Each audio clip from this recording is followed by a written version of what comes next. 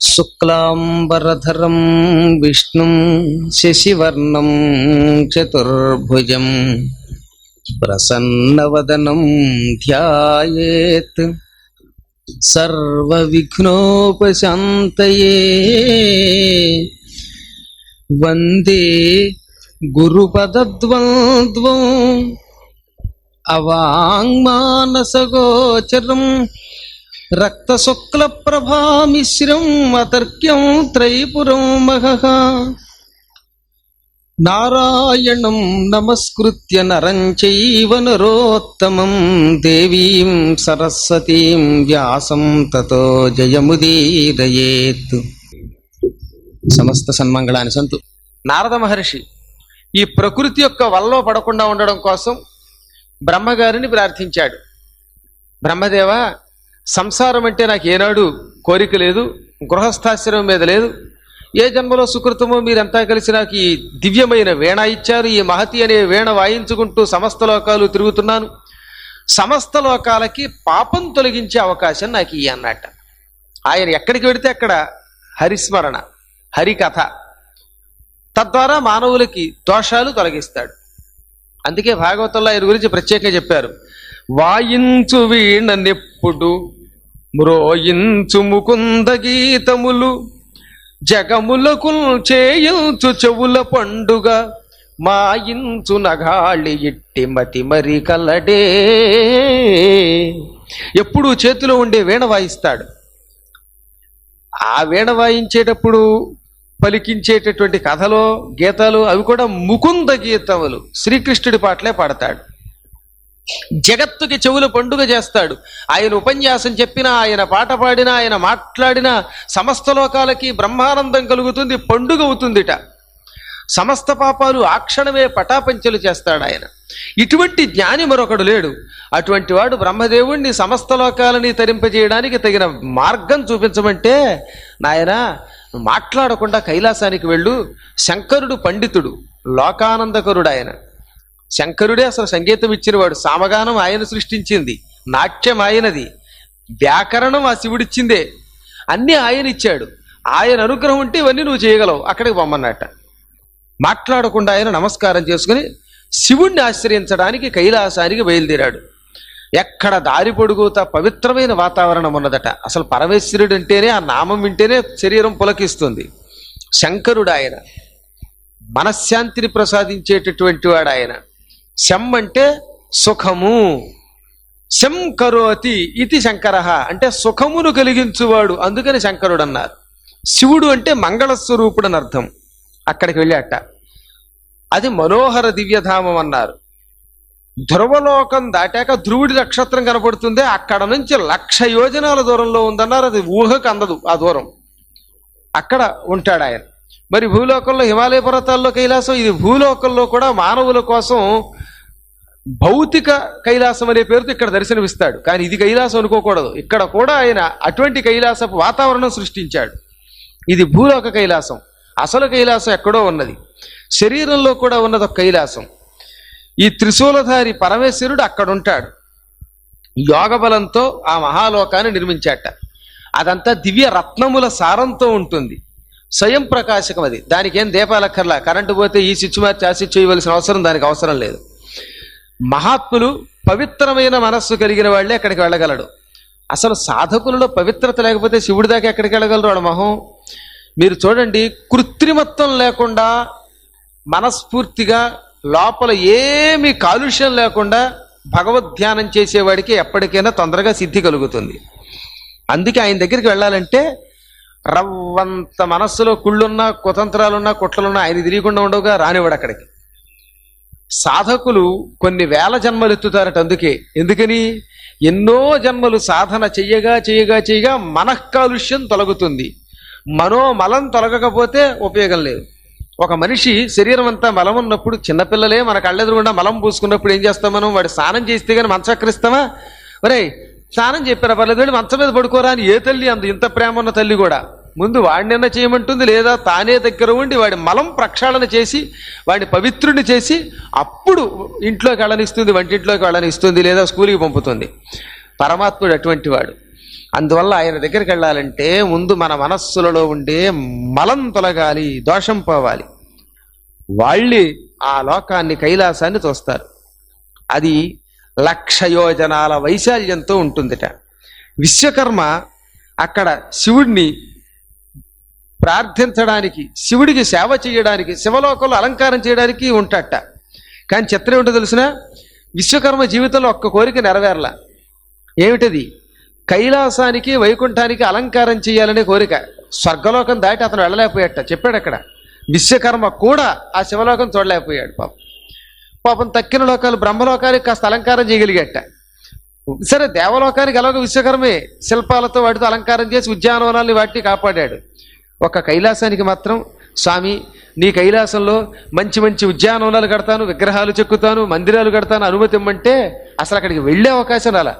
విశ్వకర్మ లాంటి దేవశిల్పికే కైలాసం చూసే యోగం రాకపోతే ఇంకా తక్కిన వాళ్ళకి ఎక్కడొస్తుంది అంత తేలిగ్గా? కానీ వస్తుంది మనశ్శుద్ధి ఉంటే. కేవలం శివ సేవకులు మాత్రమే ఈ సుస్పష్టంగా 25వ అధ్యాయంలో బ్రహ్మవివర్త పురాణంలో ఈ బ్రహ్మఖండంలో చెప్పారు. మహాపవిత్రమైన మనస్సు లేకపోతే అక్కడికి వెళ్ళలేరు. పరమ శివభక్తులు అక్కడికి వెళ్ళగలుగుతారు. శివలోకం కోటాను కోట్ల సిద్ధులతో, శివ పార్షదులతో, పార్షదులు అంటే శివుడికి సేవ చేసి కాపలా కాసేవాళ్ళు అనమాట. వాళ్ళు కూడా జైవిజీలనే పిలువబడతారు. ఈ పోస్ట్ కదా, అది ఉద్యోగం పేరు జైవిజీలు అంటే. వాళ్ళందరితో నింపబడి ఉంటుంది. ఆ లోకంలో భైరవులు, మనకి ఇక్కడ కాశీలో ఒక్క భైరవుడు ఉన్నాడు, అటువంటి భైరవులు 1,00,000 మంది ఉన్నారట. క్షేత్రపాలకులు అక్కడ 1,00,000 మంది ఉన్నారు. అసంఖ్యాక నక్షత్రాలు ఆకాశంలో ఉన్నట్టే అక్కడ కామధేనువులు కొన్ని కోట్లు ఉన్నాయట. ఆకాశంలో నక్షత్రాలు ఎవడు లెక్కెట్టగలడు? చుక్కలు లెక్క పెట్టాలనుకుంటే వీడికి మిక్కిలి తలపోటు వస్తుంది తప్ప వీడి జీవితం సరిపోదు. అలాగే కామధేనువులు కూడా లెక్క లేకుండా కైలాసంలో ఉంటాయి. ఈ లోకం ప్రాకృతాకాశం, అది చిన్మయాకాశం. ఇక్కడ మనకు పైన కనపడుతుంది ఒక ఆకాశం. దీన్ని ఏమంటామంటే ప్రాకృత ఆకాశం. మానవుడి కళ్ళకు కనపడే ప్రకృతి సంబంధమైన ఆకాశం. కానీ అది చిన్మయాకాశం, అదే మన దహరాకాశం. అక్కడ భయం లేదు, మృత్యువు లేదు.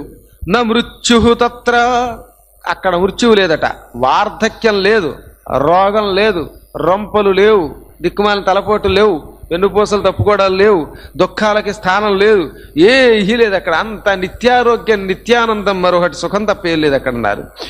దూరే సభా మండల మధ్యగం శివం దదర్శ శాంతం శివదం మనోహరం పద్మత్రినేత్రం విధు పంచవక్త్రకం గంగాధరం నిర్మల చంద్రశేఖరం. ఎక్కడో దూరం నుంచే చూచాడు నారద మహర్షి శివుణ్ణి. శ్రీకృష్ణానుగ్రహం వల్ల శివలోకానికి వెళ్ళగలిగాడు తప్ప లేకపోతే ఆయన వల్ల కూడా కాదు. అక్కడికి సభామండలం మధ్యలో ఉన్నాడు. ఆ శివుణ్ణి చూచాడు. ఆయన ఎలా ఉన్నాడో చెప్పారు. శాంతం, పరమశాంతంగా ఉన్నాడు ఆయన. శివదం, సుఖం, మంగళం ఇస్తాడు ఆయన. మనస్సుకి ఆనందం కలిగించే దివ్య మంగళ విగ్రహం అది. పద్మత్రినేత్రం, తామర పువ్వులు లాంటి కళ్ళు, 3 కళ్ళు కూడా. ఆయన అసలు అందగాళ్లలో అందగాడేటండి ఆయన. విధు పంచవక్త్రకం, 5 ముఖాలు కలిగిన వాడు ఆయన. ఈ చంద్రుని పైన రేఖగా ధరించాడు. గంగాధరం, జటల్లో గంగ ఉన్నది. నిర్మల చంద్రశేఖరం, స్వచ్ఛమైన చంద్రుడిపై, అది కూడా మచ్చలేని చందమామ ఉన్నాడు. చంద్ర రేఖే ఉంటుంది కాబట్టి పూర్ణచంద్రుడిలో మచ్చ కనపడుతుంది, కానీ రేఖలో ఏం మచ్చ ఉంటుంది అని చేత నిర్మలమైన చంద్రుణ్ణి ధరించాడు. ప్రతప్త హేమాభజటాధరం విభుం దిగంబరం శుభ్రం అనంతమక్షరం మందాకినీ పుష్కర బీజమాలయా కృష్ణేతి నామైవ ముదా జపంతం సునీలకంఠం భుజగేంద్రమండితం యోగీంద్ర సిద్ధేంద్ర మునీంద్ర వందితం సిద్ధేశ్వరం సిద్ధి విధాన కారణం మృత్యుంజయం కాలయమాంతకారకం. ఇంకా పరమాత్ముడు ఎలా ఉన్నాడు? స్వచ్ఛమై పుటం పెట్టబడిన బంగారంలా ప్రకాశిస్తున్నాయి ఆయన జడలు. బంగారపు వర్ణంలో ఉన్న జడలు అనమాట. అవి కూడా తప్త కాంచనము అంటే ఎర్రగా అయిపోతుంది. బంగారం బాగా కాలిస్తే ఒక రకమైన ఎరుపు వస్తుంది, అలా ఉన్నాయి జడలు. ఆయన సమస్త లోకేశ్వరుడు, దిగంబరుడు ఆయన, వస్త్రాలు లేనివాడు, సమస్త దిక్కులే ఆయనకి వస్త్రములు, శుభ్రమైన వాడు ఆయన, అనంతమైన రూపం ఆయనది, నాశనరహితుడు, అక్షరుడు ఆయన.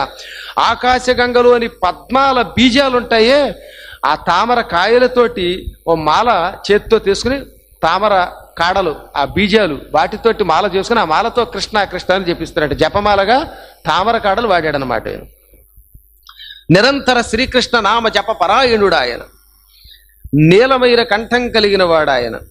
సర్పాలు చక్కగా హారాలుగా అలంకారం చేసుకున్నాడు. యోగీంద్రులు, సిద్ధేంద్రులు, మునీంద్రులు నమస్కారం చేస్తున్నారు ఆయనకు. సిద్ధేశ్వరుడు ఆయన. మృత్యువుని ఎడంకాలతో తన్ని మరీ జయించిన వాడు ఆయన. ప్రసన్న హాస్యాస్య మనోహరం పరం విశ్వాశ్రయాణం శివదం వరప్రదం నదాసు సదాసు తోషం భవరోగవర్జితం భక్త ప్రియం భక్త జనైకబంధం. ఆశుతోషుడు అన్నారు ఆయన గురించి చెబితే. భగవంతుడు ఎప్పుడు తొందరగా దొరకడు, ఈయనొక్కడే. అలా ప్రార్థించిన వెంటనే శివ అంటే తక్షణం సంతోషించి దగ్గరకు వస్తాడట. అందుకే ఆశుతోషుడు అన్నారు ఆయన, తొందరగా ప్రసన్నమయ్యేవాడు అని. ఆయన భవరోగవర్జితం, ఈ పుట్టడం అనే భయంకరమైన వ్యాధులు లేనివాడు ఆయన. భక్త ప్రియం, భక్తులకు చాలా ఇష్టుడు ఆయన.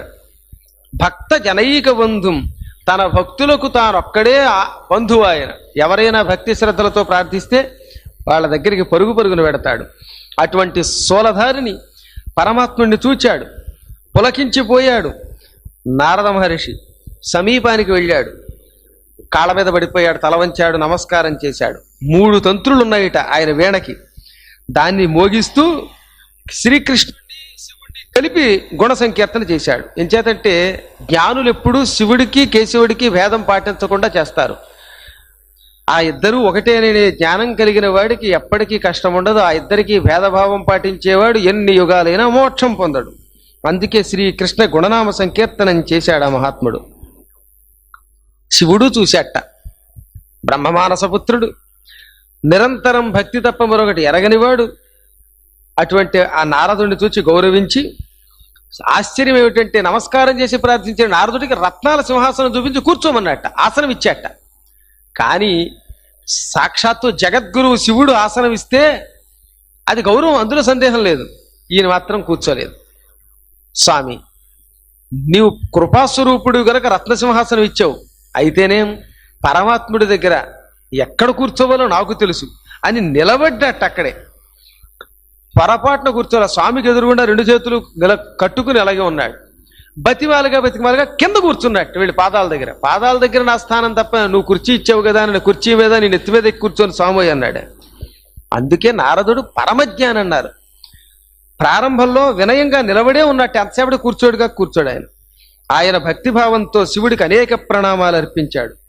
2 చేతులు జోడించి నమస్కారం చేశాడు. దానినే ముకుళిత హస్తము అంటే, తామర ఎలా అయితే మొగ్గలాగా ఎలా ముడుచుకుంటుందో అలాగే 2 చేతులు ఒక ముకుళితము అంటే మొగ్గగా చేయబడిన అన్నమాట. జోడించి నమస్కరించాడు. ఆ తర్వాత ఇదివరకు గంధర్వరాజుగా ఉన్నప్పుడు నేర్చుకున్నది, తన భార్య మాలావతి ఇచ్చినది మళ్ళీ రెండోసారి ఆ శివస్తోత్రం కవచం ఎన్ని జన్మలు ఎత్తినా ఇంక మర్చిపోయాడు ఆయన. ఆ శివస్తోత్రం చేశాడు.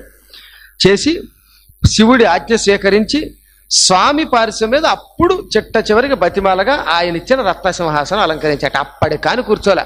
స్తోత్రాలు చేసి, పర్వాలేదు ఆయన, ఎక్కువసేపు కింద కూర్చుంటే కాళ్ళు కొంచెం బెడుగుతాయి, ఇబ్బంది పెడతాయి, జ్ఞానం పొందడానికి వచ్చావు, నేను ఆజ్ఞాపించాను కాబట్టి కూర్చోమన్నాక ఆయన ఇచ్చిన ఆసనం, అది కూడా ఆయన కంటే తక్కువ స్థానంలో కూర్చున్నాడు. ఆ తర్వాత శివుణ్ణి నారదుడు వినయంగా అడిగాట, స్వామి, ఏమి చేస్తే మానవులు తరిస్తారు? నా కోరిక ఒకటే. అసలు ఆయన ఎందుకు వచ్చాడు? సమస్త లోకాలని పవిత్రుల్ని చెయ్యాలి. సమస్త లోకాలలో ఉన్న మానవులకి ఏమి చెయ్యడం వల్ల, ఏ ఆచారంతో నడుచుకోవడం వల్ల మంచివాళ్ళు అవుతారో అవి బోధించాలి, జ్ఞానం బోధించాలి. వాళ్ళకి బోధించడం వంకతోటి నేను తరించాలి. దీనికి మార్గం చెప్పమన్నట్ట. ఇది నా మనోభీష్టం, ఇంతకంటే ఏం లేదు. లోకశ్రేయస్సు. చాలా ఆనందపడ్డాడు ఆయన. కుమారా, ముందు నీ మనస్సంకల్పానికి నేను మెచ్చుకుంటాను, అభీష్ట సిద్ధిరస్తు అన్నాడు ఆయన. ఎందుకంటే లోకశ్రేయస్సు కోసం ఎవడొస్తాడు సాధారణంగా? నాకు ఆ కోరిక ఉంది, ఈ కోరిక ఉంది, ఈ ప్రపంచమంతా కొనాలనుంది, ఏలాలనుంది అంటాడే తప్ప, లోకము దీనివల్ల శ్రేయస్సు పొందాలి అని అనుకునేవాడు అరుదుగా ఉంటారు. నీవు అలాంటి వాడివి, నీకు దీవిస్తున్నాను. ముందుగా నీకు శ్రీకృష్ణ భక్తి ఉన్న కారణం చేత ఆశీర్వచనం ఇస్తున్నాను. మహాత్మా, నన్ను మెచ్చావు గనక అసలు లోకాన్ని పండితులైన విప్రులు బాగు చేయాలి. వాళ్ళు ధర్మం తప్పితే సమస్త లోకం నశిస్తుంది. ఎందుకంటే 10 మందికి బోధన చేయవలసిన వాళ్ళు. వీళ్ళు ఎలా నడుచుకోవాలో, ఆఖరికాచారాలు ఏమిటో అవి చెప్పు. వాళ్ళు ఎలా నడుచుకోవాలో వాళ్ళకి బోధించి తద్వారా తక్కిన ప్రజానీకం అందరినీ బాగుపడేందుకోసం నేను కృషి చేస్తానన్నట్ట. ఎందుకంటే సహజంగా అప్పుడు కూడా ఎప్పుడైనా సరే లోకంలో తాను చేయవలసిన పని సక్రమంగా ఈ విప్రుడు చేయకపోతే వీడి వల్ల లోకం నశిస్తుంది.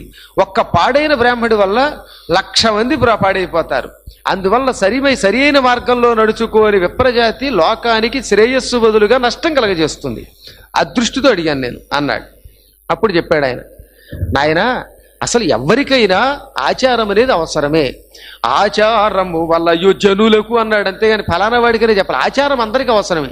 అందులో కొంచెం చదువుకున్నవాడు కాబట్టి వీడికి మరింత అవసరం. సంస్కృత పాండిత్యం ఉన్న కారణం చేత ముందు తాను సంస్కరింపబడకుండా ఇతరులకు ఏం చెబుతాడు? ఇతరులకు ఒక పని చెప్పే ముందు నువ్వు ఇది చెయ్యాలి. తాను స్వీట్ బాగా పీకదాకా తింటూ ఇతరులు మాత్రం స్వీట్ తినద్దంటే ఎలా కుదురుతుంది మరి? అంచేత ముందు తాను ఆచరించి చెప్పాలి. దేనికైనా తాను కాలినడకన ఏ కేదారమో ఎక్కిన తర్వాత మీరు కూడా ఎక్కండి అని చెప్పాలి. నేను గుర్రం ఎక్కువస్తాను, మీరు మొత్తం నడిచిరండి అంటే ఎలా కుదురుతుంది? అంచేత ఎక్కడైనా ముందు తాను ఆచరించి తాను చేసి చూపించి ఇతరులకు చూపించాలి. అందువల్ల చెబుతున్నా విను. ప్రతిదినము బ్రాహ్మీ ముహూర్తంలో లేవడం ఉత్తమమైన ఆచారం. దీనివల్ల మానవుడికి ఆరోగ్యం బాగుంటుంది. లేచిన వెంటనే పవిత్రముగా మలమూత్ర విసర్జన చేసుకుని శరీరాన్ని ఉంచుకోవాలట. ఇవి లోపల ఉన్నంత వరకు శరీరంలో అనారోగ్యం ప్రబలుతుంది కనుక వ్యాయామం చెయ్యాలి ఎంతో కొంత.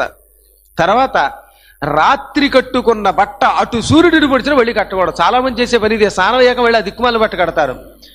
ఒకప్పుడు ధర్మరాజు జోదంలో ఓడిపోయినప్పుడు, ఐశ్వర్యం పోయినప్పుడు పాండవులు అందరూ కూడా అడవికి వెళ్ళేటప్పుడు లక్ష్మీదేవి ఏడ్చిందిట. ఎందుకని? ధర్మరాజును వదిలిపెట్టి నేను ఎలా వెళ్ళను? 12 ఏళ్ళు ఆయనకి అరణ్యవాసంలో, 1 ఏడు అజ్ఞాతవాసంలో దూరంగా ఎలా ఉండను? చాలా కష్టం ఇది. ఎందుకు వదలకూడదు ధర్మరాజుని? దురదృష్టవశాత్తు జోదంలో ఓడిపోయాడు. ఇది పరీక్ష వల్ల తాత్కాలికంగా కొంత దూరంగా ఉండవలసి వస్తోంది. అయినా ఆయన వదలలేనంది. ఎందుకు వదలలేదట? మొట్టమొదటి చెప్పింది, కట్టి విడిచిన గొడ్డ కట్టడా రాజు అని. ఒకసారి కట్టిన గొడ్డ విడిచిన తర్వాత మళ్ళీ కట్టట. కొంత దూరం వెళ్ళిన తర్వాత ఈ బనీ నిప్పి మళ్ళీ దిక్కుమాలను ఆ చెమట బనీనే వేసుకొని మళ్ళీ ఆ చొక్కా వేసుకొని రైల్లో ప్రయాణం చేసేటప్పుడు 6 రోజుల పాటు అదే దిక్కుమాల బట్ట కట్టకూడదు. అది శాస్త్ర నియమం అది. సరే, అది ఇంకా కాస్త మార్గమధ్యం. ఎంచేదంటే స్వగృహే పూర్ణమాచారం, మార్గంలో లేదు పొమ్మన్నారు కాబట్టి స్వగృహంలో ఉన్నప్పుడు పూర్తిగా ఆచారంతో ఉండాలి. పతి శూద్రవదాచర్యత్ అన్నారు. అంచేత ఇంటి దగ్గర ఉన్నప్పుడు కనీసం కట్టిన గుడ్డ మళ్ళీ కట్టకూడదు. డ్రాయర్లు కానీ, బనీళ్ళు కానీ, తువ్వాళ్ళు కానీ, ఇవి కానీ, ఆ బట్టలు కానీ మళ్ళీ ఉతకకుండా కట్టకూడదు. ఇది సుస్పష్టంగా ఆ వస్త్రం త్యజించాలి. శుద్ధ వస్త్రం ధరించు. అది ఖరీదైనదైనా ఇంకోటైనా కాదు, మనకి ఉతికి ఆరవేసిన పవిత్ర వస్త్రం అయి ఉండాలి. తర్వాత బ్రహ్మరంధ్రం మీద చక్కగా ధ్యానం చెయ్యాలి. అక్కడ అది సూక్ష్మమైన నిర్మలమైనటువంటి జగన్మాతృతత్వం అక్కడ ఉంది, సహస్రదళ పద్మం. అందుకే గురువుని ఎప్పుడు సహస్రార కమలంలో ధ్యానం చేయమన్నారు. కళ్ళు మూసుకుని ఈ ధ్యానం చేసేటప్పుడు గురువుని ఇక్కడ భావించాలట. ఇది గురుస్థానం. గురువుని సహస్రార కమలం మీద, బ్రహ్మరంధ్రం మీద ధ్యానం చేసిన వాడు ఉత్తముడు అవుతాడు. రాబోయే కాలాల్లో పండితుడు అవుతాడు. ఈ జన్మలో కాకపోతే వచ్చే జన్మలో అయినా వాడికి విముక్తి లభించే అవకాశం వచ్చి తీరుతుంది. అందువల్లే ధ్యానం చేస్తున్నప్పుడు బ్రహ్మరంధ్రస్థితమైన సహస్రదళ కమలం మీద ఎలా ధ్యానం చేయాలి గురువునో చెప్పారు. గురువు ప్రసన్నంగా ఉన్నట్టు, కూర్చుని ఉన్నట్టు, అక్కడ ఆయన పైగా చిరునవ్వు చేస్తున్నట్టు, మందహాసం చేస్తున్నట్టు, వ్యాఖ్యాన ముద్రలో ఆయన హస్తం ఉన్నట్టు, శిష్యుడి మీద ప్రేమ ఉన్నట్లు ఇలా భావించాలట. గురువుని ధ్యానం చేసేటప్పుడు కూడా, బాబు మా గురువు గారు నా సహస్రార కమల మీద ఉన్నారు అని ధ్యానం చేశాం.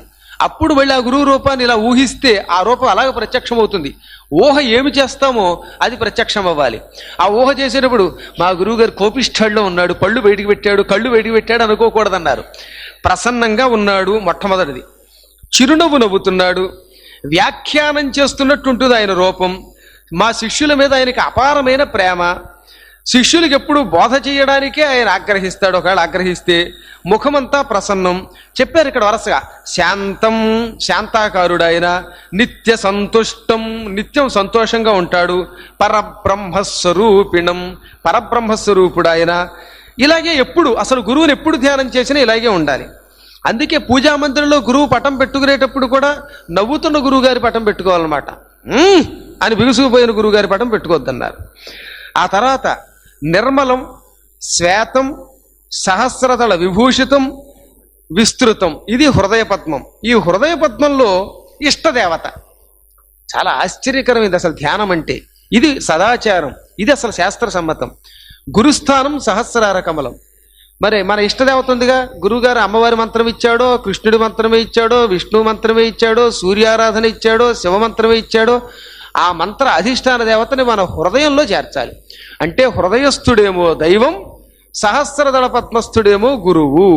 గురుస్థానమే ఎక్కువ ఇచ్చారు చిత్రంగా, హృదయం కంటే పైభాగం ఇచ్చారు గురుస్థానం. తరువాత ఏ దేవతకి ఏ ధ్యానమో ఏ రూపం చెప్పబడ్డాయో అదే ధ్యానం చెయ్యాలి. లలితా సహస్రనామంలోని మంత్రాలు ఇస్తే అందులో సింధూరారుణ విగ్రహమే చెప్పాలి. బాలామంత్రం పుచ్చుకున్నటువంటి వాడు హ్రీంకారాసన గర్భితానల శిఖాం ఆ ధ్యానమే చెయ్యాలి. ఈ విధంగా అందులో వాటిల్లో చెప్పబడిన ధ్యాన రూపాదులను ఆ హృదయంలోకి ధ్యానంలోకి తీసుకురావాలి. తరువాత ఎప్పుడైనా ఇలాంటి ధ్యానం చేసే ముందుగా మేము రేపటి నుంచి ఇలా చేద్దాం అనుకుంటున్నామని గురువు అనుజ్ఞ పొంది చెయ్యాలి. తర్వాత ముందు గురు ధ్యానం చేసి నమస్కారం చెయ్యాలి. ఈ కార్యక్రమాల్లోకి వెళ్లే ముందు గురువుని విద్యుక్తంగా పూజించాలి. ఇష్టదేవత ధ్యానం తర్వాత చెయ్యాలి. అసలు గురువే ఇదంతా ప్రత్యేకంగా ఈ 120వ పేజీ నుంచి అన్ని వచ్చే దాంట్లో సాధకుడికి గురువు ఎటువంటి వాడో చెప్పుకొచ్చారు. సాధకులకి చెప్పారు, రోడ్డు మీద తిరిగే వాళ్ళకి కాదు. మేము సాధన చెయ్యాలని కోరుకున్న వాళ్ళకి గురువు సకల దేవతా స్వరూపాలను దర్శింప చెయ్యగలిగిన వాడు ఆయన. అందుకే ఆయనే అసలు దేవత.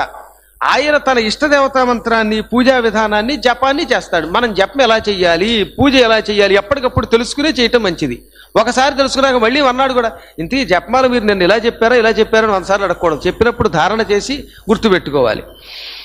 తర్వాత గురువు అంటే ఏమిటి, అసలు ఇష్టదేవతను దర్శించాకే ప్రజలు వాడి చెప్పే మాటలకు విలువిస్తారట.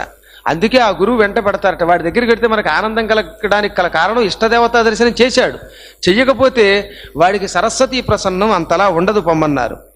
కానీ ఇష్టదేవత మాత్రం ఈ గురువును చూడలేట. ఆశ్చర్యకరం.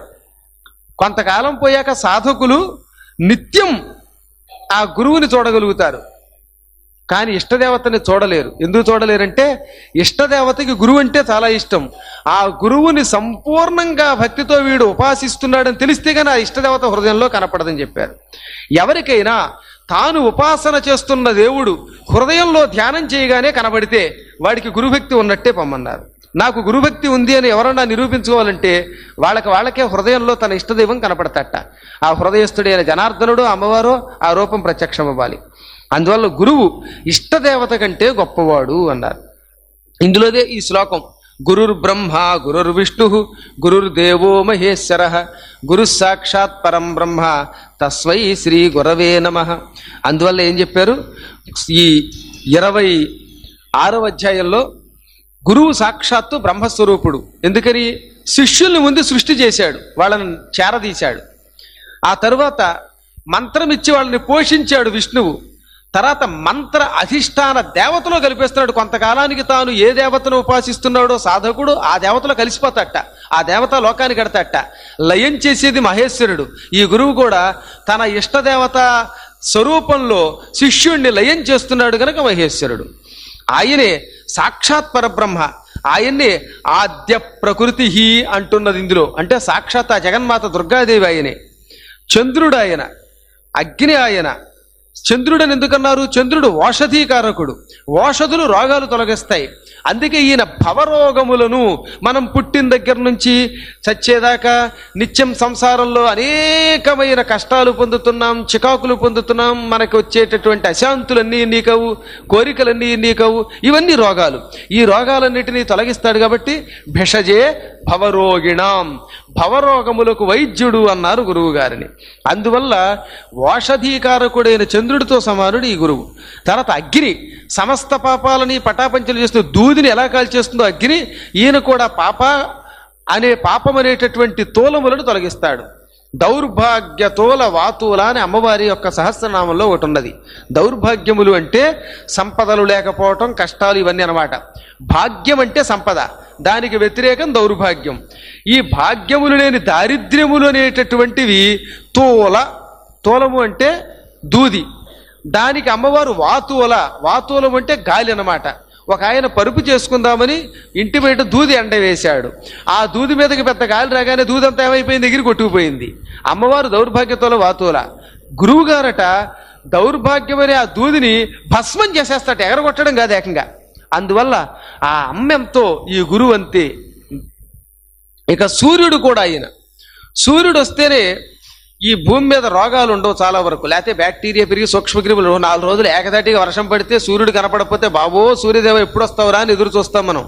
అన్నిటికీ మూలకారకుడు జ్ఞానప్రదాత ఆయన, ఆరోగ్యం భాస్కరాదిచ్చేస్తున్నారు, ఆరోగ్య స్వరూపుడు ఆయన. అటువంటి ఆరోగ్య స్వరూపుడైన సూర్యుడే సాక్షాత్ పరమాత్ముడంటే ఆ గురువు అంటే. ఆయనే వాయుస్వరూపుడు ఆయన. వాయువు ఉచ్ఛ్వాస నిశ్వాసముల ద్వారా శరీరాన్ని అంతఃకరణాన్ని శుద్ధి చేసి ప్రాణం నిలబెడుతోంది గురువు. అటువంటి ప్రాణస్వరూపుడు ఆయన. జలాధిదేవత వరుణుడు, ఆయనే తల్లి, ఆయనే తండ్రి, ఆయనే బంధువు, ఆయనే పరబ్రహ్మ, ఆయన పరమాత్మ. గురువు కంటే పూజ్యుడు మరొకడు లేడు, లేడు లేడు అన్నారు. అందుకే నా గురోరంజం విద్యతే, గురువు కంటే అన్యము నాకు లేదు అని ధ్యానం చేయమని శివుడు నారదునికి చెప్పాడు. ఇప్పుడు 14వ శ్లోకంలో చెప్పాడు. 26వ అధ్యాయంలో ఇంతవరకు 13 శ్లోకాల్లో గురుస్తుతి చెప్పి ఇప్పుడు 14వ అధ్యాయంలో అభీష్టదేవే రుష్టేచ సమర్థో రక్షణే గురుహు నసమర్థ గురౌరుష్టే రక్షణే సర్వదేవతా. ఈ 14వ శ్లోకం రాసుకోవలసిన గొప్ప శ్లోకం. ఒక వ్యక్తి గురువు ద్వారా ఉపాసన పొంది ఒక దేవతని పూజ చేస్తున్నట్ట. ఇంతలో వీడేదో చిన్న పొరపాటు చేశాడో ఏదో చేశాడు, ఇష్టదేవతకు కోపం వచ్చింది. వెంటనే దేవత కోపగించి ఎరా నువ్వు తప్పు చేసావు అని. సాధారణంగా ఎప్పుడు ఇష్టదేవత కోపించదు, కానీ ఎప్పుడో అరుదుగా వస్తుంది. ఆ దేవత కోపించి నీ అంతు చూస్తానందిట. తక్షణం వాడు ఏం చేశాట, ఇష్టదేవత నా మీద కోపించింది అనగానే గురువుని తలుచుకున్నట్ట. వెంటనే గురువు గారిని తలుచుకోగానే ఇష్టదేవత కోపం పోయిందిట. అందుకే ఏమన్నారు, అభీష్టదేవే రుష్టేచ, తాను ఉపాసించి తాను పూజించే దేవతకి కోపం వస్తే సమర్థో రక్షణే గురుహు, ఆ దేవత కోపం నుంచి గురువు కాపాడతాడు. గురువు గారు మాత్రమే దేవతల ఆగ్రహం నుంచి కాపాడగలడు. కానీ గురువు గారికే కోపం వస్తే రక్షణే సర్వదేవతా న సమర్థా, సమస్త దేవతలు కలిసినా వాడిని మాత్రం రక్షించలేరు. అందుకే గురువుకి కోపం తెప్పించకూడదు. ఇష్టదేవతకి కోపం వస్తే గురువు రక్షిస్తాడు, గురువు కోపగిస్తే ఎవడు రక్షించలేడు. అందుకే మళ్ళీ గురువే రక్షించాలి. మనం అలాంటిది కూడా చూసాం. ఇదిగో యాజ్ఞవల్క్యుడు తన గురువు వైశంపాయనుడికి కోపం తెప్పించాడు. కోపం తెప్పిస్తే విద్యలన్నీ కక్కేయమన్నాడు, కక్కేశాడు ఆయన. చివరికి దిక్కులేక జన్మలెత్తి ఆ సూర్యుడిని ప్రార్థించి నానా కష్టాలు పడితే మళ్ళీ వైశంపాయనుడి కాళ్ళకి దండం పెడితేనే నీకు విద్యలు ఇస్తానన్నాడు సూర్యుడు కూడా. చివరికి మళ్ళీ ఆయనకి దండం పెట్టాకే సూర్యుడు ఆయనకి విద్యలు ఇచ్చాడు. కాబట్టి గురువు మళ్ళీ ప్రసన్నుడైతే తప్ప ఆ వ్యక్తిని ఇంకెవ్వడూ కాపాడలేడు. అందుకే పరశురాముడు మొదలైనటువంటి వాళ్ళు శివుడిని అంత ధ్యానం చేశారు. పరశురాముడు శివుడికి నిత్య శిష్యుడు అన్నమాట. శివుడికి చాలా మంది ఉన్నారు, అందులో పరశురాముడు ఉత్తమ శిష్యుడు అన్నమాట. ఇంకంత భక్తుడు మరొకడు ఎవడు లేడు. శివధనుర్భంగం చేస్తే అందుకే రాముడి మీద కోపగించి వచ్చాడు ఆయన, నా గురువు గారి విలువ విరగొడతావా అని. అంతేగాని రాముడు కూడా ఆ గురువు గారి అని అర్థం చేసుకోలేక తర్వాత అర్థమయ్యింది వేరే విషయం. మనకు అలాగే పురాణాలలో ఎంతో మంది గురించి చెప్పుకొచ్చారు. సాక్షాత్తు బలరాముడి దగ్గర భీముడు కొంతకాలం విద్య నేర్చుకున్నాడు. సరే, దుర్యోధనుడు ఎక్కువ కాలం నేర్చుకున్నాడు. భీముణ్ణి తన దగ్గరికి పిలిచి ఒక రాడు, రుక్మిణీదేవి అన్నగారు రుక్మి అనేవాడు భారతంలో వస్తుంది కదా, ఏమయ్యా ఈ యాదవుల సహాయం నీకెందుకు, నేను నీకు సాయం చేస్తాను, ఈ కౌరవుల్ని జయిస్తాను, ఈ దిక్కుమాల వాళ్ళని బలరాముడిని వాళ్ళని గెంటేయి అన్నట్ట. అప్పుడు భీముడు గదెత్తి ఇంకో మాట మాట్లాడేవాడే బుర్ర బదలు కొడతాను, నా గురువు గురించి నా ఎదురుగుండా ఎంత ధైర్యంగా నీకు మాట్లాడడానికి అన్నాడు. అక్కడే చెప్పాడు ఆయన, సమర్థుడైన శిష్యుడు తన గురువు గురించి ఎవడైనా ఏదైనా చెబితే ముందు వాడిని లాగి గోప మీద కొట్టి బుర్ర బలగొట్టి చంపేయమన్నారు. గురువు గురించి చెడ్డగా చెప్పే శిష్యులు ఇంకెవరన్నా వస్తే వాళ్ళని గెంటేయమన్నారు. తన గురువు గురించి ఒక చెడ్డ ఎవరన్నా మాట్లాడకూడదు, మాట్లాడితే వాడిని చంపాలి, లేదా వాడికి దూరంగా వెళ్ళాలి. వాడిని తరిమేయడానికి అశక్తుడైనప్పుడు తానే దూరంగా పోవాలట. గురునిందని కావాలని విన్నవాడికి మాత్రం కొన్ని కోట్ల జన్మలెత్తినా ఇక వాడికి మోక్షం రాదు. సాక్షాత్తు గురువే తనను తాను నిందించుకున్నప్పుడు వినకూడదట. గురువుగారు మిమ్మల్ని మీరు నిందించుకోకుండా చెవులు మూసుకోవాలి పొమ్మన్నారు. అంత కఠోర నియమని చెప్పారు ఇందులో.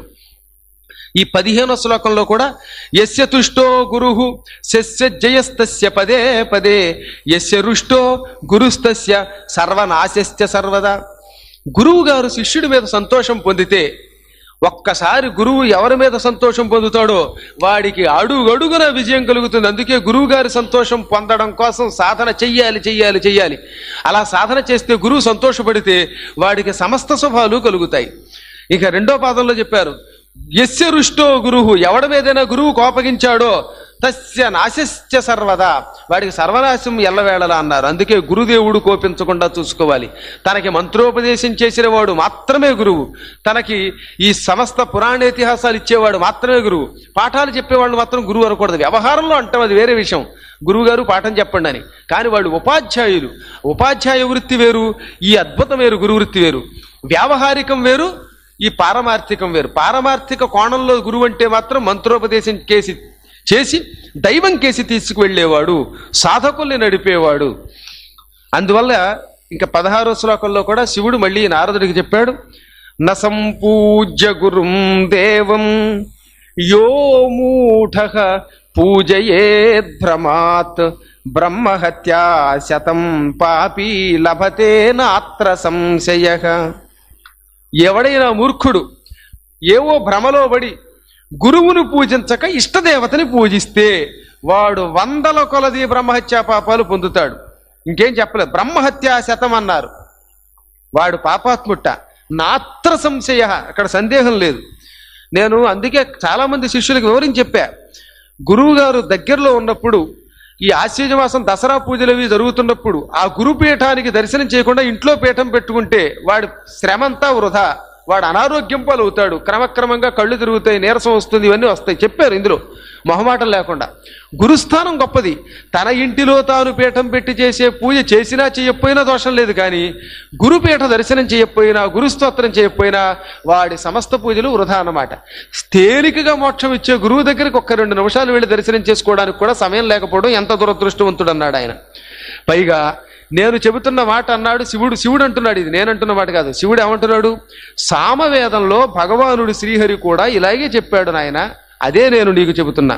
అందువల్ల గురువు ఇష్టదేవత కంటే గొప్పవాడు, పూజ్యుడు. గురువుని, ఇష్టదేవతని ధ్యానించి స్తోత్రం చేసి సాధకుడైన వాడు శిష్యుడు ఈ వేదాలలో చెప్పబడిన రీతిలో మోక్షం పొందొచ్చు.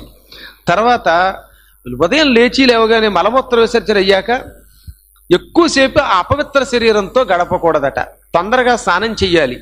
తర్వాత వ్యాయామాదులు పూర్తయిన వెంటనే ఈ చెమట పట్టిన శరీరంతో నిత్యం మనం పడుకునే వస్తువుల మీద పడుకోవడం, కూర్చోవడం చేయకూడదు.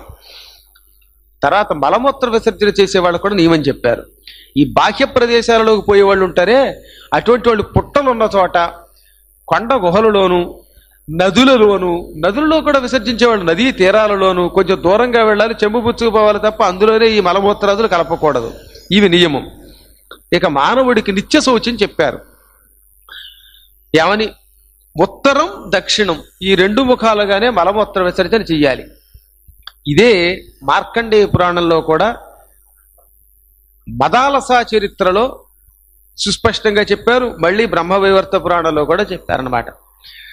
దివసంబునురేయు పురీషమూత్ర సర్జనము కుబేర దక్షిణ దిశా ముఖతంతగున ఆచరింప మర్త్యునకు నిజేచ్ఛచేయనగు రోగము పొందిన ఎప్పుడప్పనుల్. పగలు కాని రాత్రి కాని ఉత్తర దక్షిణ ముఖాలుగా మాత్రమే తిరిగి మలమూత్ర విసర్జన చెయ్యాలి. తూర్పు పడమరలకేసి తిరిగి ఎవడైనా మలమూత్ర విసర్జన చేస్తే రోగాలు వస్తాయి. ఎందుకంటే రోగిష్టి వాడికే స్వేచ్ఛగా ఎక్కడ పడితే అక్కడ మలమూత్ర విసర్జన చేసే అధికారం ఉంది. ఆ దిక్కులలో ఉన్న శక్తి అటువంటిది.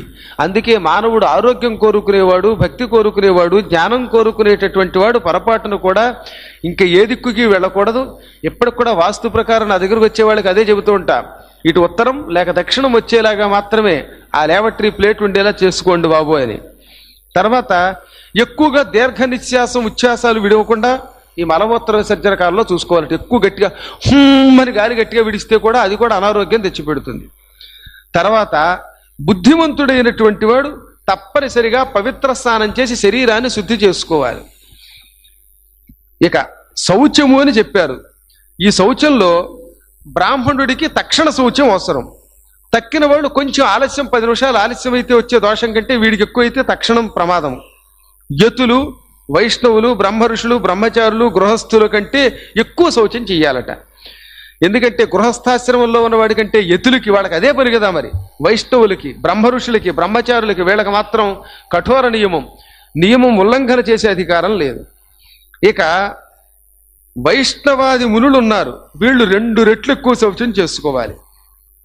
నారద, అసలు శుచి మనిషి ఆరోగ్యానికి, దైవ ధ్యానానికి, దైవ ప్రసన్నత్వానికి మూలం. ఆ నియమాలు అందుకే శ్రద్ధగా చెబుతున్నాను విను. నీవు శిష్యుడవై కూర్చోమంటే కూడా కూర్చోకుండా చాలాసేపు నిలబడి ఉన్న కారణం చేత కరుణ కలిగి నీకు చెబుతున్నాను విను.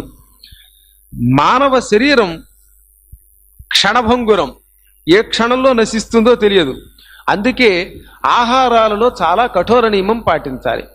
ఎక్కువ మసాలా దినుసులు కానీ, తీవ్రమైన కారం కానీ, అత్యంతమైన వేడి కానీ, ఎక్కువ శీతలత్వం కానీ ఇవన్నీ మానవ శరీరాన్ని పాడు చేస్తాయి. నిరంతర మద్యపానాలు కానీ, తినరానివి తినడం కానీ ఇవి కూడా మానవుడి యొక్క జీవితాన్ని ధ్వంసం చేస్తాయి. ఉదయం లేవగానే పళ్ళు తవ్వుకోకుండా ఏవైనా పదార్థాలు తాగితే అవి కూడా మానవ శరీరాన్ని అపవిత్రత్వంలోకి తీసుకుపోయి తద్వారా సాధన దూరం చేస్తాయి. స్నానం చేసిన తర్వాత మానవుడు ఆహారం తీసుకోవడం పవిత్రమట. స్నానం చేయకుండా పాచిముఖాన్ని, కొంతమంది మొహం కడుక్కున్న వెంటనే ఇడ్లీ తింటే కానీ ఏం కదలలేరు. అలాంటివి కాదు, స్నానం చేసే తినడం న్యాయం. తీవ్ర అనారోగ్యంతో ఉన్న వాడికి ఒక పక్కన పెడదాం. అనారోగ్యవంతుడికి ఎప్పుడు ఎక్సెప్షన్ ఇస్తాడు. జ్వరం వచ్చి పడిపోయాడు, కాళ్ళు చేతులు బెడిగి పడిపోయాడు, కదలలేడు.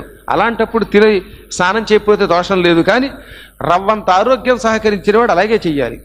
తర్వాత పళ్ళు తవ్వుకున్న తర్వాత నీళ్లు పుక్కిలించి ఉమ్మాలి. ఇప్పుడంటే బ్రష్ పెట్టి పేస్ట్ పెట్టి తవ్వుకుంటారు. పూర్వం పందుం పుల్లలతోటి ఆ పళ్ళు తోమే పుల్ల, అదే పందుం పుల్ల అంటున్నా కానీ పళ్ళు దోము పుల్లది. దానితో శుభ్రం చేశాక 16 సార్లు నోట్లో నీళ్లు పోసుకుని పుక్కిలించాలట. అప్పటికాని దంతాలు శుద్ధి కావట.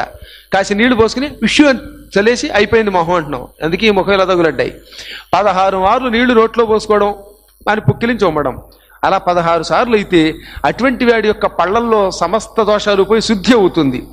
దంతాలను శుభ్రం చేసుకోవడానికి నిజానికి పుల్లల వంటి ఉత్తమమైన సాధన లేదు. పుల్ల బాగా నవిలి కుంచెగా చేసుకు తోముకుంటేనే ఆరోగ్యం ఎక్కువ అని చెప్పాడు. సామవేదంలో ఆహిరిక ప్రకరణంలో శ్రీహరి స్వయంగా ఈ కాష్టాలు చెప్పాట. ఉత్తరేణువు, అది చాలా ఆరోగ్యం, పళ్ళకి గార కూడా లేకుండా చేస్తుంది. వావిలి చెట్టు, మామిడి, గన్నేరు లేక మద్దిపుల్ల, జాజికాయ చెట్టు, దిరిశన, టేకు చెట్టు, జామ చెట్టు, పున్నాగం, అశోక వృక్షం, అర్జున వృక్షం, అర్జునం అంటేనే అసలు వద్ది. తర్వాత పాలుగారే చెట్లు, వేప పుల్ల, కదంబం అంటే కడిమి చెట్టు, తర్వాత పలాస వృక్షం, వేప, ఇవి బాగా మంచి దంతధావానికి, పళ్ళు తోముకోవడానికి శ్రేష్టంగా చెప్పారు. దంతధావన శ్రేష్టాని కాష్టాని అని. ఇంకా రేగి చెట్టు, దేవదారు వృక్షం, మందార వృక్షం, బూరుగ చెట్టు, ముళ్ళు కలిగిన చెట్లు అస్సలు ఇవి పనికిరావు పొరపాటును కూడా. అందుకే రేగి చెట్టు పుల్ల వాడకూడదు, దేవదారు వాడకూడదు, మందార అస్సలు వాడకూడదు, బూరుగ చెట్టు వాడకూడదు. తుమ్మ చెట్లు, తుమ్మ మొద్దులు అసలు పనికిరావు. ఈత పుల్ల పెట్టుకుంటే నోట్లో ఉన్న నాలుగు కూడా గోయిందా అవుతుంది.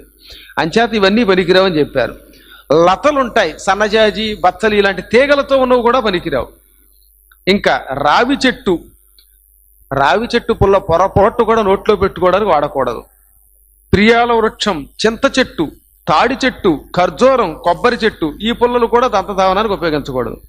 తాటి ఆకు నాలుకకి మాత్రం శుద్ధి చేసుకోవడానికి, మన నాలుక బద్ద అంటామే ఆ బద్దకి మాత్రం పనికొస్తుంది, ఇంక దేనికి పనికిరాదు.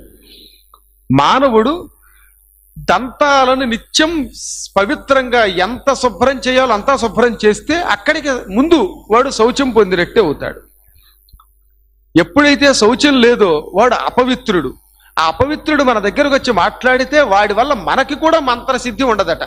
అందుకే పళ్ళు తవ్వుకోకుండా పొద్దున్నే లేచి మాట్లాడేవాడు, పళ్ళు తవ్వుకోకుండా కాఫీ తాగేవాడు మన దగ్గరకు వస్తే వాడితో మాట్లాడకుండా తప్పుకోవడం మంచిదన్నారు. వాడి వల్ల ఉపాసకులకి కొంత ఇబ్బంది ఉన్నది. తరువాత పవిత్రంగా స్నానం చెయ్యాలి.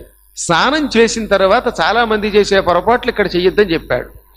స్నానం చేసిన తర్వాత శుభ్రంగా తుడుచుకోవాలి. తడి శరీరముతో తిరగరాదు. గదులన్నీ తడి శరీరంతో తుడుచుకోకుండా చిక్కని ఇల్లంతా నీళ్లు చెమ్ముకుంటూ తిరగకూడదు. కొంతమంది తువ్వాలు మొదలైనవి జాడించకుండా అక్కడ వారేస్తారు. అలాగ తమ వస్త్రములు జాడించకుండానో లేకపోతే పరివాళ్లకు ఇవ్వకుండా అలాగే బాత్రూములో వదిలేయడం దోషం. ఈ తడిసిన వస్త్రం ఇంట్లో ఇలా భడా భడా అని జాడించి ఇంట్లో అందరి మీద జిమ్ముతారు. ఆ తువ్వాళ్ళు, వస్త్రాలు, ఆ నీళ్లు పిండి తర్వాత ఎవరూ లేని చోట దాన్ని వెదలించాలి. ఇతరుల మీద ఆ నీళ్లు పడితే ఈ జాడింపు నీళ్లు అది కూడా పరమదోషం. ఎప్పుడైనా మూత్ర విసర్జనకి వెళ్ళాక కాళ్ళు కడుక్కోవలసిందే, కడుక్కోకపోతే దోషం. తర్వాత కాళ్ళు వేళ్ళు తీసేసిన వాళ్ళు, నిత్యం పుళ్ళు పడిపోయిన వాళ్ళు, వాళ్ళకి మాత్రం దాని నుంచి మినహాయింపించారు. ఇంకా బ్రాహ్మణ క్షత్రియ వైశ్యులు అయితే 3 పూట్ల సంధ్యావందనం చేసి తీరాలి. అలా చేయకపోతే అది కూడా పరమదోషం. సంధ్యావందనం చేసిన విప్రుడే ఉపన్యాసాదులు చెప్పడానికి అర్హుడు, పాఠం చెప్పడానికి అర్హుడు.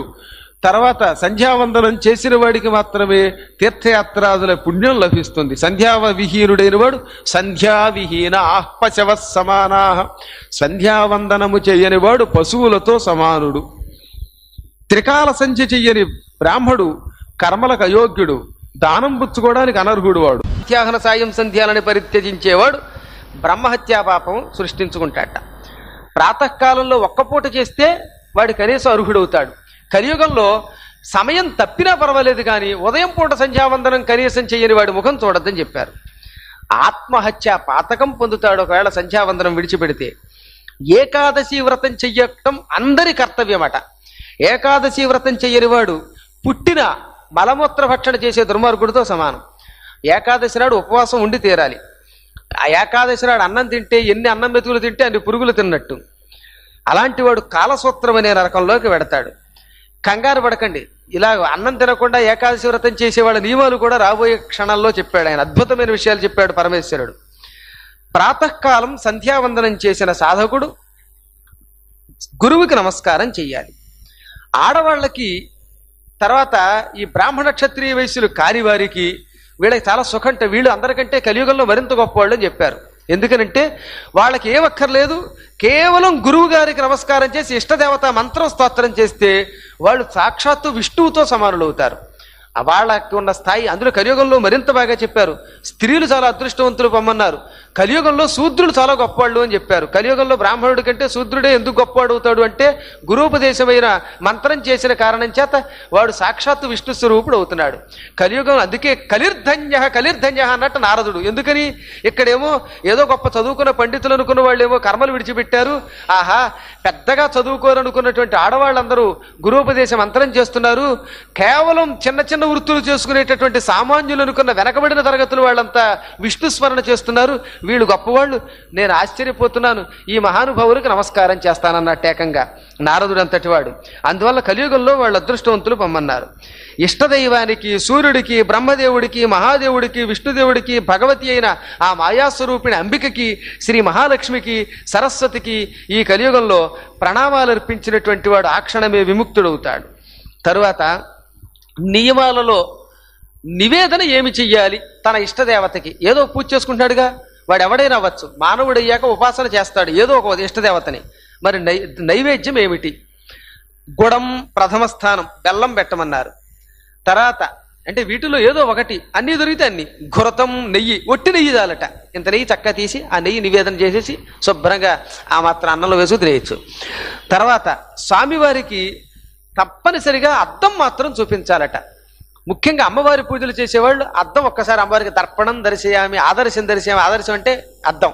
అద్దం చూపించడం వల్ల మనిషి అత్యంత శుచి అవుతాడు, పరమ పవిత్రుడు అవుతాడు అని చెప్పారు. అందువల్ల ఈ ముఖ్యంగా దసరా మొదలైన కాలాల్లో అమ్మవారి పూజలు చేసేవాళ్ళు దృష్టిలో పెట్టుకుని ఒక అద్దం కూడా అక్కడ పెట్టుకోమన్నారు. అన్నిటికంటే ఇష్టదేవతకి మధువు అంటే తేనె ఇష్టం. మధు అంటే ఒక ఆయన ఈ మధ్యన సీసా పట్టుకెళ్ళి నివేదన చేసేట. మధు అంటే అది కాదు, మధువు వేరు మద్యం వేరు. మధువు అంటే తేనె, మద్యం అంటే అది వాళ్ళు అనుకున్నది. ఎందుకు చెబుతున్నానంటే కొంతమంది మహానుభావులు బండపాండిత్యంతో దాన్ని సమర్థించుకుంటే అది వేరే విషయం, మొండివాదన చేయడం గురించి కాదు. అమ్మవారు మధువు తాగి హుంకారం చేసింది అని దేవి భాగవతంలో వస్తుంది. ఏమన్నది?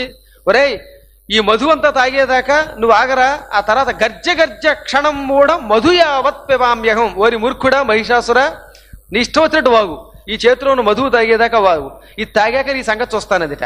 ఓహో అమ్మవారు మా పార్టీ వచ్చి అని వెంటనే రాసేసుకున్నాడు ఆయన. మధువు తాగేదాకా ఆగమంది అంచేత మేము తాగితే తప్పేమిటి, మేము తాగితే తప్పేమిటంటే ఏమిటి, ఆవిడతో అసలు పోల్చుకోవడం ఓ తప్పు అయితే, మధువు అంటే అక్కడ తేనె, ఒక పువ్వులలోంచి తయారు చేసిన అద్భుతమైన ఆసవం, పుష్పాసవం, ఫలాసవం అది.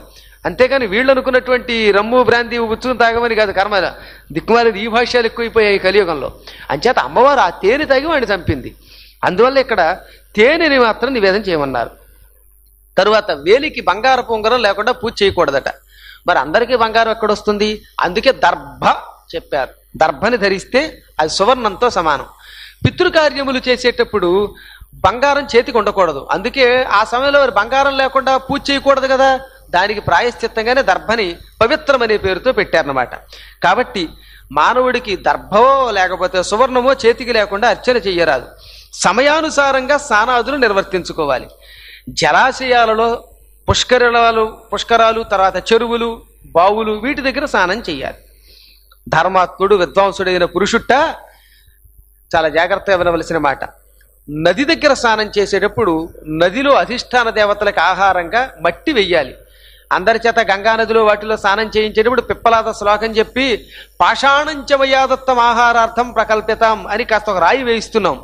ఇందులో మరొక విషయం కూడా చెప్పాడు. నదిలో కానీ చెరువులలో కానీ పుష్కర క్షేత్రాలలో కానీ, పుష్కర క్షేత్రాదులు అంటే ముఖ్యంగా ఇప్పుడు ఈ నైమిషారణ్యంలో చక్రతీర్థం వంటివన్నమాట. ఆ కుండాలు చాలా గొప్పవి. వాటిల్లో స్నానం చేసేటప్పుడు అందులో మట్టి ఈసారి తీసి అందులో వేయమన్నారు.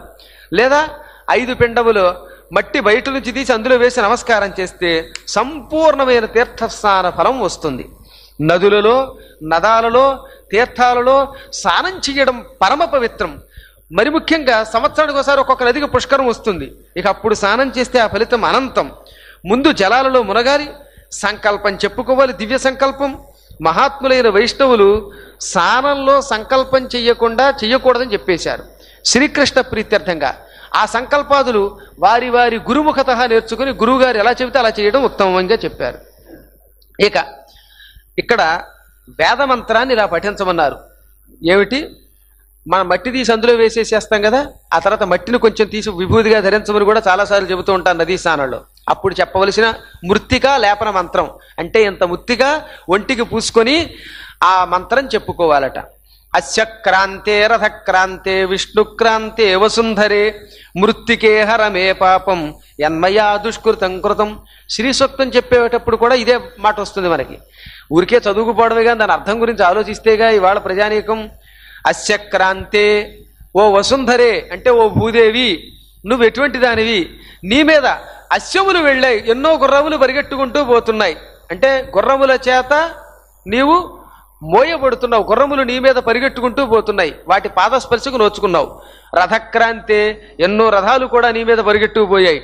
విష్ణుక్రాంతే, అలాగే ఓ తల్లి సాక్షాత్తు శ్రీ మహావిష్ణువు నిన్ను ఆక్రమించాడు.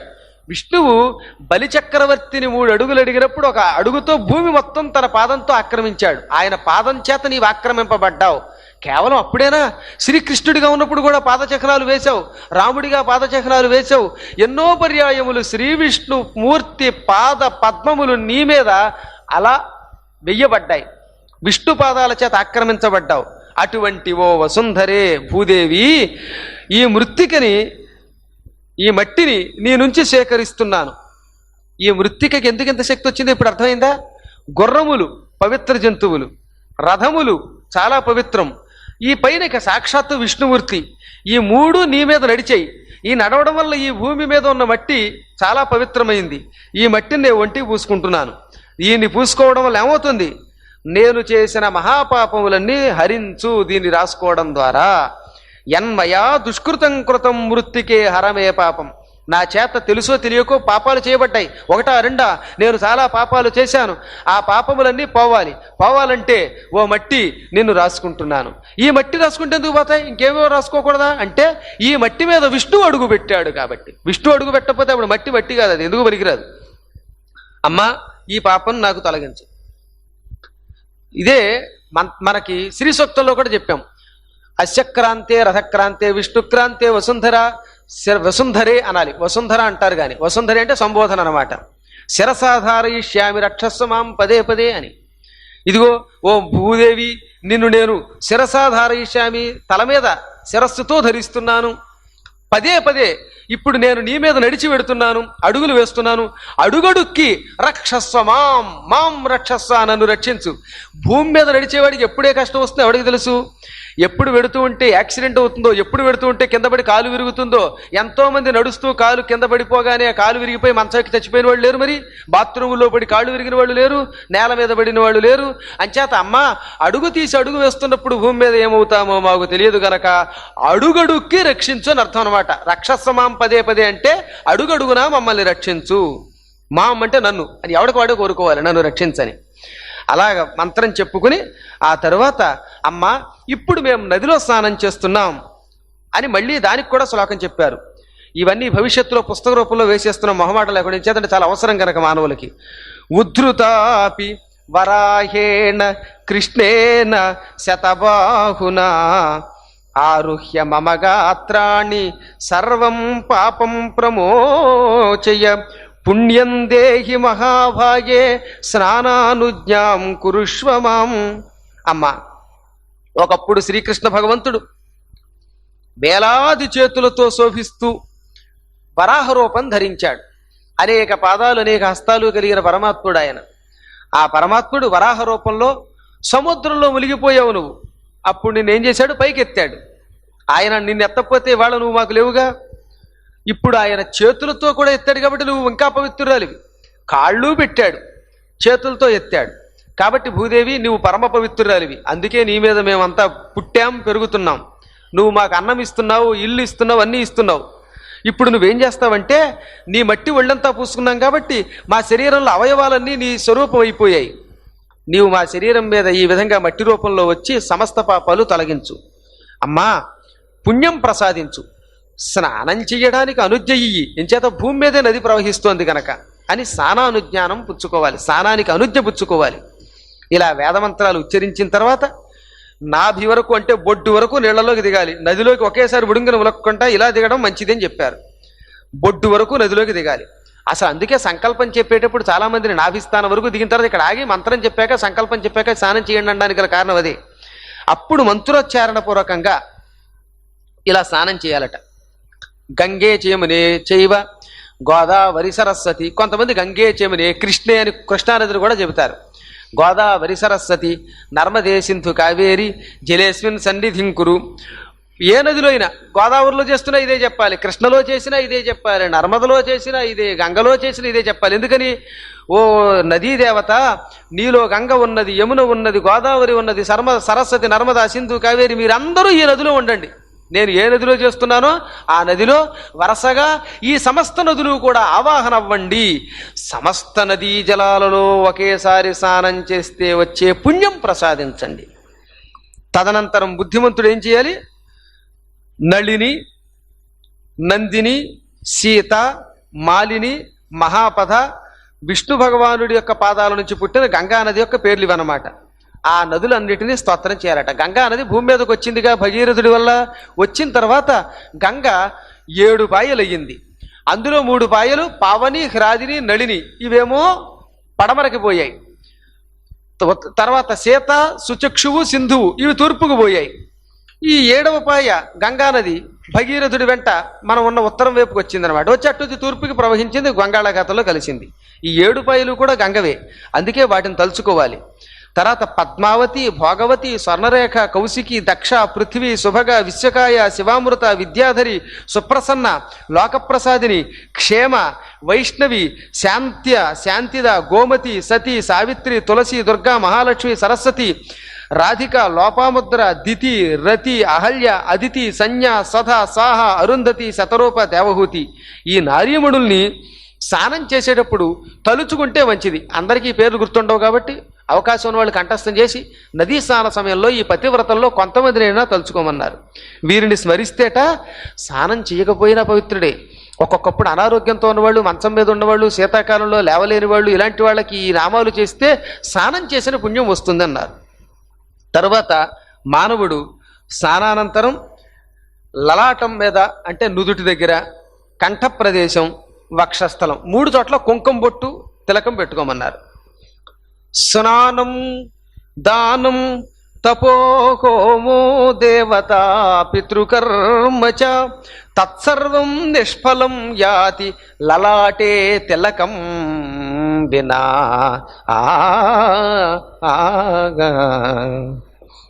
ఎవడైనా స్నానం చేస్తే ఆ స్నానం వ్యర్థమవుతుంది, దానం చేస్తే దానం వ్యర్థం, తపస్సు వ్యర్థం, హోమం వ్యర్థం, దేవయజ్ఞం వ్యర్థం, పితృయజ్ఞం వ్యర్థం. ఎప్పుడు అంటే నుదుట తిలకం పెట్టుకోకుండా కుంకుమ ధరించకుండా చేసే స్నానం, దానం, తపస్సు, హోమం, దేవయజ్ఞం వ్యర్థం. పితృయజ్ఞంలో కుంకుమ పెట్టుకోకూడదు కనుక విభూతి పెట్టుకోవాలి. ఇలాగా ఇవి ధరించకుండా కర్మాచరణ చేస్తే సర్వకర్మములు నిష్ఫలములు అని ఈ శ్లోకంలో చెప్పారు. స్నానానంతరం తిలకం పెట్టుకుని పవిత్రంగా దేవతా నమస్కారం చేసి సంధ్యావందనాదులు అవకాశం ఉంటే చేసి ఉతికిన వస్త్రాలు ధరించి అప్పుడు దేవాలయానికి వెళ్ళాలి. కుళ్ళుగుడ్డ కట్టుకుని ఈ వంట చేసే పెంటగుడ్డ కట్టుకుని దేవాలయంలోకి వెళ్ళకూడదు. దేవాలయంలోకి ఎప్పుడు వెళ్ళినా కంపుగుడ్డ కాకుండా కొంచెం పవిత్రమైన వస్త్రం ధరించి వెళ్ళాలి. సాక్షాత్తుగా శ్రీహరి చెప్పిన మాటలే నేను చెబుతున్నాను విను నారదా. ఎందుకంటే నేనే విష్ణువు, విష్ణువే నేను గనక. శివుడికి విష్ణువుకి తేడా లేదు కాబట్టి చెబుతున్నాను వినమని శంకరుడు నారదునికి చెప్పాడు. ఇవి హరివాక్యాలు. ఎవడైనా స్నానం చెయ్యకో, కాళ్ళు కడుక్కోకో దేవాలయంలోకి ప్రవేశిస్తే వాడి జపం, హోమం, తపస్సు సర్వనాశనం అయిపోతాయి. పొద్దునపూట అందుకే దేవాలయంలోకి వెళ్ళాలంటే స్నానం చెయ్యాలి. పొరపాటును కూడా స్నానం చేయకుండా తలుపు తీయకూడదు, అది తీస్తే చాలా దోషం పొమ్మన్నారు. జలంలో తడిసిన వస్త్రంతో లోపలికి వెళ్ళకూడదట. కొంతమంది తడిసిన బట్టలతో అంగ ప్రదక్షిణలు చేస్తారు, అది దోషం అని చెప్పారు. పొరపాటును కూడా బట్టలు ఆ తడి కారుతున్న నీళ్లు కారుతున్న బట్టలతో ఎందుకు చేయకూడదంటే నీళ్లు కారే వస్త్రాలు తద్దినం పెట్టేటప్పుడే కట్టుకోవాలి. ఆడవాళ్ళని చూసారా మీకు, ఈ శ్రాద్ధ కర్మల్లో స్నానం చేసి నీళ్లు కారుతున్న వస్త్రాలతో వచ్చి ఈ పిండాలకి దండం పెట్టండి అంటారు. అది నియమం అది. అందుకే దేవాలయాల్లోకి అలా వెళ్ళకూడదు. ఎప్పటికి కూడా చాలామంది ఈ విషయాల్లో చాలా పొరపాటు చేసేస్తారు. అయితే వీటికి కొన్ని మినహాయింపులు ఉన్నాయి. ఇప్పుడు 10-12 కుండాలు నూతుల్లో స్నానం చేసే నియమాలు ఉంటాయి. రామేశ్వరం వంటి వాటి చోట అక్కడ నూతుల్లో స్నానం కోసం చుట్టూ తిరుగుతున్నాం, దేవ దర్శనం కోసం కాదు. కాబట్టి అక్కడ ఆ తడి బట్టలతో వెళ్ళవచ్చు. తర్వాత చాలా కొంతమంది దరిద్రులు అయిపోతున్నారు కలియుగంలో. ముఖ్యంగా ఎందుకో తెలుసునా అండి, తడిసిన గుడ్డలతో నూనెలో తడిసిన వస్త్రాలతో ఇంట్లో ప్రవేశిస్తే, ఇంట్లో బాత్రూంలో స్నానం చేశాక తుడుచుకోవాలి, ఆ తడిగుడ్డలతో ఇల్లంతా తిరగకూడదు. అలాగే గుళ్ళోకి తిరగకూడదు. తడిసిన వస్త్రాలతో నూనె కారే వస్త్రాలతో కనుక వస్తే లక్ష్మీదేవి కోపగించి భయంకర శాపమిచ్చి ఆ గృహస్థుని విడిచిపెడుతుంది. అటువంటి వాడు వచ్చే జన్మల్లో దరిద్రుడై పడతాడు. ఈ జన్మలో మేము ఎంత గింజుకున్నా ఇల్లు కట్టుకోలేకపోతున్నామండి, లేకపోతే డబ్బు సంపాదించలేకపోతున్నాం, నిలబట్టలేదంటే వీళ్ళన్నీ ఈ పాపాలు చేసిన వాళ్ళట. అందుకే శుభ్రంగా స్నానం చేశాక లోపలిగా పొడి బట్టలు కట్టుకెళ్ళాలి, లేదా మంచి తువాలు, పొడి తువాలు కట్టుకుని లోపలికి రావాలి. నీళ్లు కారుతున్న గొట్టలు వేసుకుని చిక్కు చిక్కు అని ఆ ఇల్లంతా తిరిగితే ఆ తర్వాత చెక్కులు ఉండవు వాడికి, చిక్కులే తప్ప. తర్వాత మోకాళ్లపై వరకు కడుక్కున్నటువంటి బ్రాహ్మడు ఉన్నాడే చండాలుడు అవుతాడు. కాళ్ళు ఎప్పుడు కూడా గుళ్ళోకి వచ్చినప్పుడు మోకాళ్ళ కింద భాగమే కడగాలి, మోకాళ్ళ పై వరకు కడుక్కుంటే వాడు చండాలుడే పుడతాడు పొమ్మన్నారు ఎప్పుడు కూడా. అందుకే గుళ్ళోకి వచ్చిన తర్వాత మరీ పైదాకానో స్నానం చేసినట్టు నీళ్లు గుళ్ళో వ్యర్థం చేయకూడదు. కింద భాగమే కడుక్కోవాలి, కాళ్ళకి కింద భాగమే, మోకాళ్ళ కిందే కడుక్కోవాలి. మోకాళ్ళకి పై భాగం కడుక్కోదలిస్తే స్నానం చేయమన్నారు వాడిని. పవిత్రుడైన సాధకుడు ఆసనం మీద కూర్చుని మాత్రమే ఆచమనం చెయ్యాలి, నిలబడి ఆచమనం చెయ్యకూడదు, నిలబడి తీర్థం తీసుకోకూడదు. అందుకే గుళ్ళో కూడా తీర్థం ఇచ్చినప్పుడు కొంచెం వంగి తీర్థం తీసుకుంటున్నాం, కారణం అదే. కూర్చోడానికి అక్కడ కుదరదు కనుక. ఇలాంటి కడ్డీలు ఉంటే ఎక్కడ కూర్చుంటాం, కష్టం కదా, నడ్డి నొప్పెడుతుంది. అందుకని అటువంటిప్పుడు కొంచెం వంగి ఆ తీర్థం తీసుకోవాలి. పూర్తిగా నిటారుగా నిలబడి తీసుకోరాదు. ఇంటి దగ్గర అయితే ఆసనం మీద కూర్చోకుండా ఆచమనం చెయ్యకూడదు. సంయమనపూర్వకంగా భక్తిభావంతో వేదోక్త విధితో ఇష్టదేవతని పూజించాలి. సాలగ్రామం, మణి, మంత్రం, ప్రతిమ, జలం. మరి ఇంకొకసారి చెబుతున్నాం, సాలగ్రామం తర్వాత మణి పూజ అని ఉంటుంది. ఇంతంత మణులు ఇస్తారు. గణపతి సత్యనారాయణ స్వామి వారి పూజకి సాధకులకి శిష్యులకి చిన్న మణి ఇస్తారు. మణి అనే పేరుతో స్ఫటికంలో ఉంటుంది అది. తర్వాత మంత్రం విగ్రహంలో, జలంలో, స్థలంలో, గోవు యొక్క పృష్ఠభాగంలో, గురువులో, అలాగే సద్బ్రాహ్మణుడిలో శ్రీహరినే చూడాలి అన్నారు. సాక్షాత్ ఆయనలో విష్ణువు ఉన్నట్టే. మా గురువు గారు ఆయన విష్ణువే, లేక పురాణం చెబుతున్నాడు ఆయన సద్బ్రాహ్మణుడు, ఆయన విష్ణువే అని భావించాలి, పూజించాలి. తరువాత సాలగ్రామ జలం ఉంటుంది కదా, సాలగ్రామాన్ని అభిషేకం చేసినప్పుడు వచ్చిన నీరు, ఆ నీరు తల మీద ఇలా సంప్రోక్షణ చేసుకుంటే ఇంకా సమస్త తీర్థయాత్రలలో నదులలో స్నానం చేసిన పుణ్యం వచ్చేస్తుంది.